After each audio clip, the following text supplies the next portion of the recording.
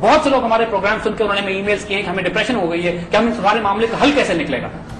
فکر نہ کیجیے, ہر معاملے کا حل دیں گے انشاءاللہ. Awareness is the first step. Awareness is the first step, اور انشاءاللہ بڑے لاجیکل سولوشنز ہوں گے. پچھلے 100 سال میں 10 کروڑ لوگ سپر پاورز کے درمیان ہوئی جنگوں میں اپنی جانیں ضائع کر چکے ہیں. یہ سب کیوں ہو رہا ہے؟ کون اس کے پیچھے ہے؟ اس سب کی وجہ کیا ہے؟ دیکھیے, دو باتیں اسی میں, یہی بات ہے. پہلی بات تو یہ کہ یہ اگر کوئی یہ کہتا ہے کہ مغرب کا جو میڈیا ہمارے آس پاس میں ہمیں خبریں دے رہا ہے وہ امپارشل, ان بائسڈ اور فیکچوئل رپورٹنگ کر رہا ہے, تو یہ بذات خود ایک مذاق خیز بات ہے. They are all instruments of foreign policy of their respective governments. یعنی اپنی اپنی حکومتیں ان تمام میڈیا کے وسائل کو استعمال کرتی ہیں اپنی فارن پالیسی کو آگے بڑھانے کے لیے. لہذا جو ان کے اصل راز ہوتے ہیں وہ ہم تک نہیں پہنچتے, عام لوگوں تک نہیں پہنچتے. اور دوسری بات, کوئی میڈیا اگر کوئی سچ بات بتا بھی دیتا ہے تو وہ اتنی مختصر اور اتنی چھوٹی اور اتنی بکھری ہوئی ہوتی ہے کہ ایک عام آدمی میں یہ صلاحیت نہیں ہوتی کہ اس کو جمع کر سکے اور ایک تصویر بنا سکے. ہم آپ کو علم دیں گے, ہم آپ کو صرف فیکٹس نہیں دیں گے, ہم آپ کی آنکھوں کے آگے سے دھند ہٹائیں گے, ہم آپ کو وہ کارنرز دکھائیں گے, وہ تاریک راہیں دکھائیں گے, وہ پس پردہ خفیہ راز دکھائیں گے جو خاصی بڑی طاقتوں کو ڈسٹرب کریں گے. ہمارا ٹارگٹ آڈینس کون ہے؟ ہم اس سارے مٹیریل کو جو ہم یہاں پریزنٹ کریں گے, ہمارا مقصد پاکستان کو اور بذات خود بحیثیت مجموعی امت مسلمہ کو ایک آلٹرنیٹ ویو پوائنٹ بھی دینا ہے, ایک پرسپیکٹو دینا ہے, اور وہ تصویر کا وہ رخ دکھانا ہے کہ جو ہم سب پاکستانیوں کے دلوں میں ہے. ہم کنفیوزڈ ہیں, پریشان ہیں, but we don't know what is happening. جو سناریو اس وقت پوری دنیا میں ہے وہ تمام کا تمام بنیادی طور پر کچھ گرینڈ اسٹریٹجک آبجیکٹوز ہیں ایک سپر پاور کے, جس کے ریئیکشن میں ہم کو اپنے چاروں طرف یہ حالات نظر آ رہے ہیں. لیکن اس وقت ہم آپ کو پرٹیکولرلی ان پریزنٹ ایشوز کی طرف لے جانا چاہتے ہیں جو آج ہمیں افیکٹ کر رہے ہیں براہ راست. بالکل. اگر ہم اپنی تمام گفتگو سے پہلے ان 6 آبجیکٹوز کو ڈیفائن کر لیں تو باقی تمام یہ کمپلیکس پکچر جو ہمارے آس پاس ہے اس کو سمجھنا آسان ہو جائے. پوری یو ایس فارن پالیسی کو سچویشن جو میڈیا کے ذریعے کنفیوز کی جاتی ہے اس کے پس پردہ معاملات بہت آسان ہوتے ہیں, سمجھنا بھی ان کو آسان ہوتا ہے, اور وہ گرینڈ اسٹریٹجک آبجیکٹو کسی قوم کے بہت زیادہ نہیں ہوتے, وہ تھوڑے ہوتے ہیں جن کو اچیو کرنے کے لیے پوری دنیا میں ایک طوفان برپا کیا جاتا ہے. United States of America Soviet union کے تباہ ہونے کے بعد was the only super power for a brief period, تھوڑے عرصے کے لیے. انہوں نے اس خلا کو, یہ جو خلا ان کو ملا, انہوں نے اس خلا کو استعمال کرتے ہوئے 6 اپنے لیے گرینڈ اسٹریٹجک آبجیکٹو ڈیفائن کیے, اور اس پر عمل کرنے کے لیے انہوں نے پوری دنیا میں اپنے آپ کو ریپوزیشن کرنا شروع کیا. آئیے وہ 6 آبجیکٹو ڈسکس کریں. کیا objective number 1, defence and security of Israel.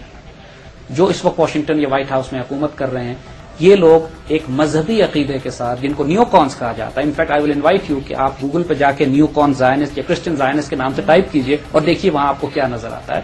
This is a religious ideology, it is not a secular ideology, it's a hard core religious ideology which is called neo conservative Christian Zionist. اب اسرائیل کے دفاع میں اس پورے middle asset میں تلاطم برپا کرنا ضروری ہے, کیونکہ اس کا مطلب یہ ہے کہ پھر تمام مسلمان ممالک جو اسرائیل کے لیے خطرہ ہو سکتے ہیں ان کو تباہ کرنا ضروری ہے, ان کی ملٹری طاقت کمزور کرنا ضروری ہے, اس لیے نقشے ری ڈیفائن کیے جائیں گے.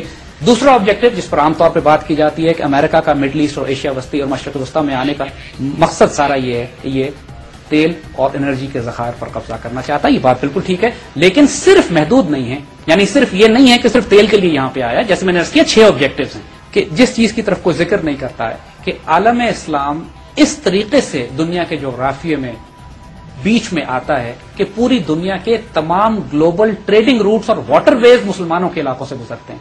یعنی پوری دنیا کی تجارت مسلمانوں کے علاقوں سے گزرتی ہے. وہ سمندری راستے تمام, جس طرح تیل مسلمان کنٹرول کرتے ہیں اس طرح تمام دنیا کے سمندری اور پانی راستے بھی ہم کنٹرول کرتے ہیں. اور اس وقت جبکہ مسلم دنیا میں انہوں نے ٹرموائل برپا کیا ہوا ہے, ایک فساد برپا کیا ہوا ہے, انویژنز کی ہوئی ہیں, ان کو خطرہ اس بات کا ہے کہ مسلمان ان میں سے کسی ایک راستے کو بند نہ کر دیں. Defeating and attacking and destroying the concept of political Islam as an ideology. اسلام کے اندر بذات خود اتنی اسٹرینتھ موجود ہے کہ چاہے وہ وکٹر ہو کے جائے یا وینکش ہو, یعنی یا اس پر قبضہ کیا جائے یا یہ قبضہ کرے جا کے, دونوں صورتوں میں یہ متاثر کرتا ہے. اس وقت کیفیت یہ ہے کہ یعنی اس انٹرسٹ وہ کہ اسٹیٹسٹکس کم ہیں، لیکن فیکٹ از کہ امریکن اور برٹش سولجر اور فورن سولجر جو افغانستان اور عراق کو آکوپائی کرنے گئے چند ایک اس میں سے خاصے لوگ اسلام قبول کر رہے ہیں. Islam as a political ideology ان کو سخت تکلیف دے رہی ہے. That is the fourth strategic objective, جس کے نتیجے میں پورے مڈل ایسٹ میں ان کو ایک اسمالر اسٹیٹس بنانی ہے. ری ڈیفائن نقشے بنانے کا مطلب یہی ہے کہ بڑی بڑی مسلمان ریاستوں کو توڑ کے مزید چھوٹی چھوٹی ریاستیں بنا دو تاکہ کسی صورت میں پولیٹیکل اسلام کے رائز کرنے کا کوئی کانسیپٹ ہی نہیں.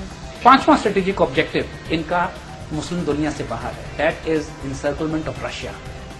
اب حالت یہ ہو گئی ہے کہ براہ راست روس ان کو چیلنج کر رہا ہے اور یہ اینٹی نیوکلیئر بیلسٹک مسل شیلڈ لگانے پہ مجبور ہو گئے ہیں ایسٹ یورپ میں، اس لیے کہ روس سے اب ان کو خطرہ ہے. چند دنوں کی بات ہے کہ روسی بامرز کچھ عرصے کے بعد انگلینڈ کی ایئر اسپیس پینیٹریٹ کرتے ہیں اور انگلینڈ کو فائٹر جیٹس بھیجنے پڑتے ہیں trying to challenge Russian bombers. Russia provoke کر رہا ہے ان کو. اور چھٹا جو اسٹریٹجک آبجیکٹو ہے ان کا وہ انسرکلمنٹ اینڈ کنٹینمنٹ آف چائنا ہے. تو آپ کے خیال میں بیسیکلی امریکہ کو جو ٹکر دینے والا ہے وہ چائنا ہی ہے؟ صرف چائنا نہیں ہے. دیکھیے مختلف ایسپیکٹس ہیں. مثال کے طور پر مڈل ایسٹ میں مسلمان بھی اس کو مقابلہ کر رہے ہیں مختلف ایسپیکٹس میں. جو براہ راست مزاحمت اس کو سامنا کرنا پڑ رہا ہے افغانستان میں اور عراق میں، آخر یہ چین کی طرف سے مزاحمت نہیں ہے، یہ مزاحمت مسلمانوں کی طرف سے. حقیقتاً یہ ہے کہ جو ایکچولی ملیٹنٹ کنفرنٹیشن جو ہے یا militant resistance to the American foreign policy, فلسطین میں حماس ہے جو اس کو ریزسٹ کر رہی ہے براہ راست، عراقی ریزسٹنس ہے جو اس کو مزاحمت دے رہی ہے، افغان طالبان ہے جو اس کو ریزسٹ کر رہے ہیں. سو ریزسٹنس امریکیوں روسیوں کی طرف سے یا چائنیز کی طرف سے ملٹری ریزسٹنس ابھی نہیں ہے. ان کی طرف سے اکنامک ریزسٹنس ہے، ان کی طرف سے ڈپلومیٹک ریزسٹنس ہے. یہ تمام معاملات جو ہیں اب جو سناریو بلڈ ہو رہا ہے، جو تکلیف دہ بات مسلمانوں کے لیے ہے کہ اس سپر پاور کانفرنٹیشن سناریو میں جو میدان جنگ ہے وہ مڈل ایسٹ ہے.